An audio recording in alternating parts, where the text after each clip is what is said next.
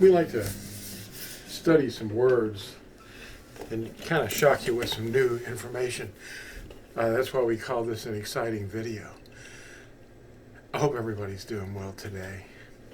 This one's going to be about Aramaic. Is that used in Scripture anywhere? And who's using it exactly? A lot of people are raised with the idea that, oh yeah, it's Yahusha spoke Aramaic. And that rumor has been spreading everywhere. And we're going to discover today that that's not exactly the truth. The Aramaic script and language actually originates with the Assyrians. And it was inherited by the Babylonians. And in this study, all you have to do is just stay with me and read the script as we turn this thing around. Hold on, here it comes. Because this is a video, you can back it up and review different parts of it. But I'm going to open with a couple of pictures here of Aramaic. And as you can see, in the scripture that you see written here in this Hebrew-English translation is Aramaic, with Nukud marks that were added in the 8th century CE.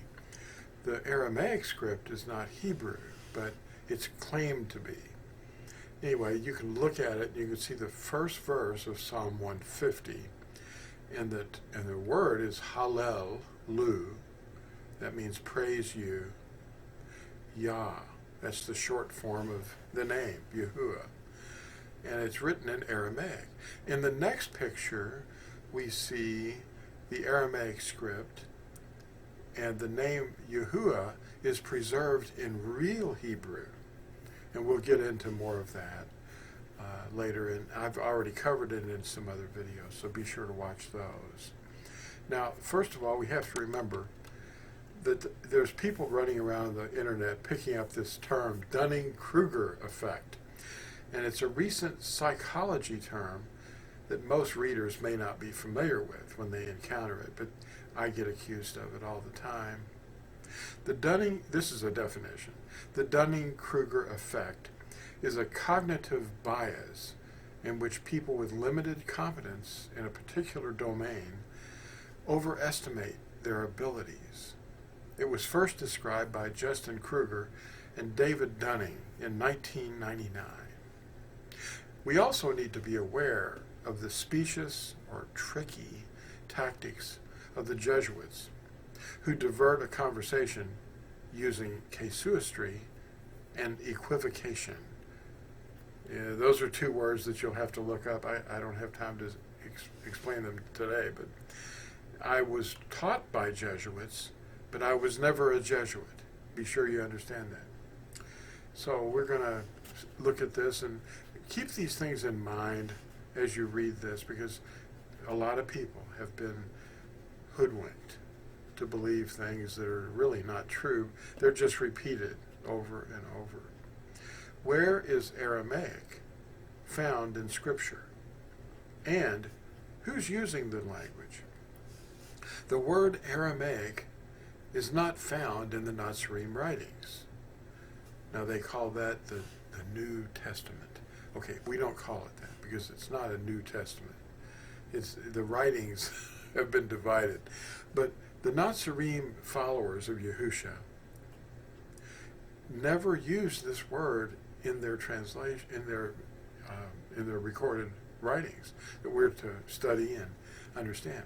But Aramaic is a language and script used by the Rab Shaka, Sennacherib's cupbearer, at 2 Kings 18, around verse 20, 21. And Yashayahu, or Isaiah 36:13. Now these are both texts in the Tanakh where Aramith is a language described, and it's being used by an Assyrian. That's who this guy was. He was, yelling up at the wall, and they didn't like it because the people were hearing this man's words in Yehudith, which was the language that they call Hebrew, and they didn't want the people understanding what he was saying. So they said, "Speak to us in Aramaic," because they all understood that, the educated ones. Now here's what happened to Hebrew. The Iberim, or you can see Eber's name in there in both forms. They were the descendants of Eber.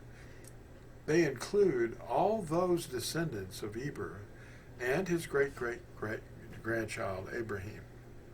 Now their language groups include those of the present-day Yahudim, Arabians, that's the Arabs, and in centuries past, the Parthians, the Medes, among others. And we see them listed in Acts 2, verses 9 and 10.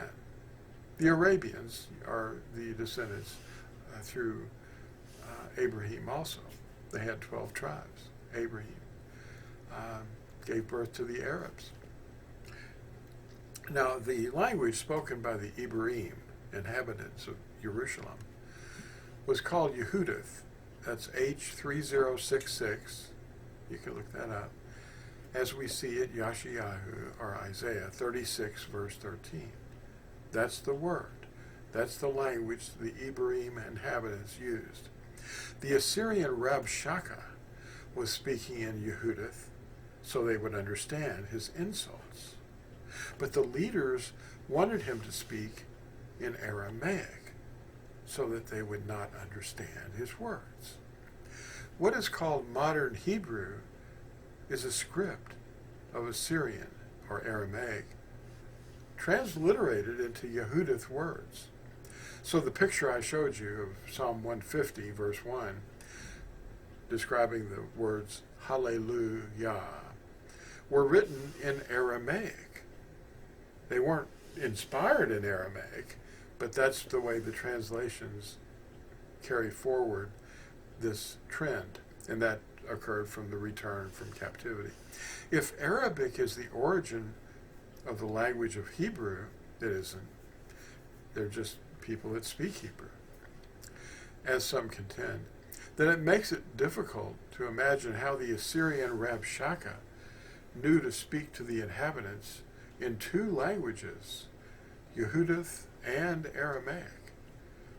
And Arabic is not mentioned in that text, because it is the Hebrew language. The Arabs actually speak Hebrew. That's where Mount Sinai is in Arabia. Acts 22, verse 2, and Acts 26:14 state that Yahusha spoke in Ebereth, Hebrew, to Shaul, and the people became silent and listened to Paul as he spoke to them in Ebereth, Yehudith. And the Ebereth language did not need reviving, but the people returning from the nations to their homeland needed to be retrained a great deal, albeit with the Aramaic Assyrian script with Masoretic Karaim controllers adjusting the vowels. They inserted vowels, and they're using this other script. So that would be something to look at. You might want to watch this video twice to pick up on all these nuances, but Aramaic was not the language or script that was being spoken in the first century by Yahusha nor his disciples. Thanks for watching. We'll see you in the next exciting video. Learn some new words.